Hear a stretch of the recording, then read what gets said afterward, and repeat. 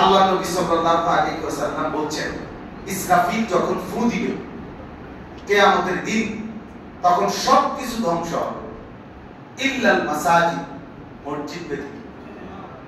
এই কিয়ামতের দিন যখন সব ভেঙে যাবে, মসজিদ ভাঙবে না। হাদিসে তো মসজিদ কি হবে? আল্লাহ নবী সাল্লাল্লাহু আলাইহি ওয়াসাল্লাম বলেন, ইয়াদুম্মু বা'দুহা মা'a বা'দ, এক মসজিদ আরেক মসজিদের সাথে মিলবে। সমস্ত মসজিদ জমিনের আল্লাহর ঘর কাবার সাথে মিলে সব মসজিদ কাবার নেতৃত্বে জান্নাতে পৌঁছে। এটা মুফতি শফি রাহমাতুল্লাহর কিতাব আদাবুল মাসাজিদ, মসজিদের আদব, এই কিতাবে আছে, আমি নিজে পড়ছি। তাইলে মসজিদের দান শেষ হবে না। মসজিদের এই দান আপনি আখিরাতে জান্নাতে গেলেও পাই, দেখবেন। ফেরেশতা বলবে, এটা আপনি মসজিদে দান দিয়েছিলেন। এই জন্য মসজিদের দান কি হয় না, শেষ হয় না, শেষ হবে না।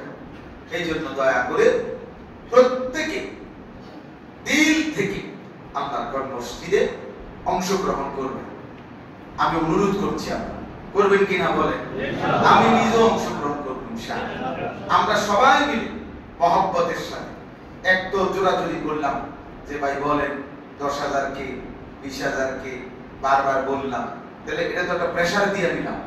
মহব্বত হলো, মহব্বত আল্লাহর জন্য, আখিরাতের জন্য, মসজিদের প্রতি ভালোবাসা থেকে কোনো নামের দরকার নেই, কারো কোনো নাম দিয়ে কিচ্ছু আসবে যাবে না।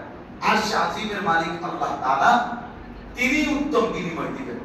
আর নাম হওয়ার চাইতে দান সদকার ক্ষেত্রে জায়েজ, কিন্তু নাম না হওয়া এটা বেশি উত্তম, এটা বেশি উত্তম।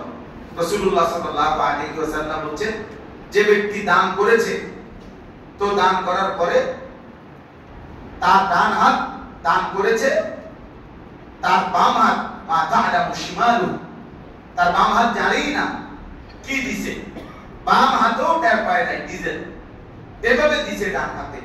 আল্লাহ নবী সাল্লাল্লাহু আলাইহি সাল্লাম বলেন, গোটা পৃথিবী থেকে যখন আড়াল, নিজের বাম হাত থেকেও আড়াল, তো আল্লাহ তাআলা তাকে আল্লাহর আরশের নিচে ছায়া দান করবেন। 7 ধরনের ব্যক্তিকে আল্লাহ যে আরশের ছায়া দিবেন, এটা সবাই জানেন আপনারা।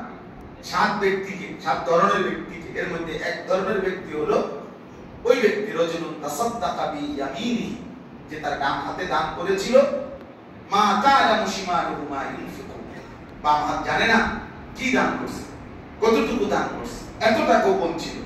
এজন্য দয়া করে আপনাদের কাছে আমার অনুরোধ রইল, আপনারা প্রত্যেকেই মেহেরবানি করে, জুমার নামাজের সময় এমনিতেই দেরি হয়ে গেছে, এজন্য খুব লম্বা টাইম দেরি করার কষ্টকর। জুমার বয়ান আমি এই জন্য সব সময় আফসোস করি, এই জুমার নামাজের দিন আল্লাহর বান্দারা আসে সবাই, কিন্তু সময় দেয় না সবাই। যদি এমন হইতো যে জুমার বয়ানে 2 ঘন্টা করা যেত, ভালো হইতো।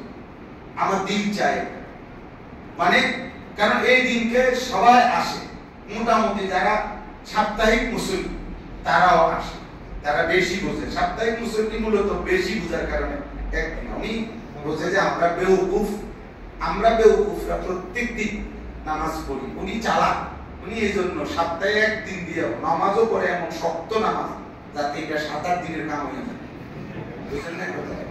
এই জন্য উনি, তো ওনারাও আসে, সাপ্তাহিক মুসল্লিও আসে, মোটামুটি উপস্থিতিটা সর্বশ্রেণী হয়।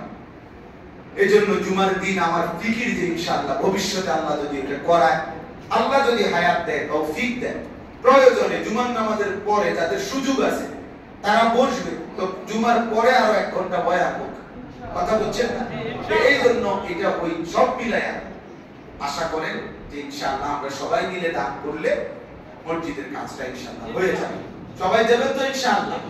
আল্লাহ তাআলা সবাইকে তৌফিক দেন, কবুল করেন।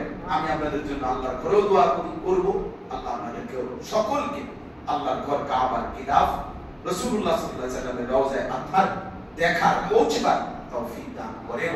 আমিন। সুন্নাত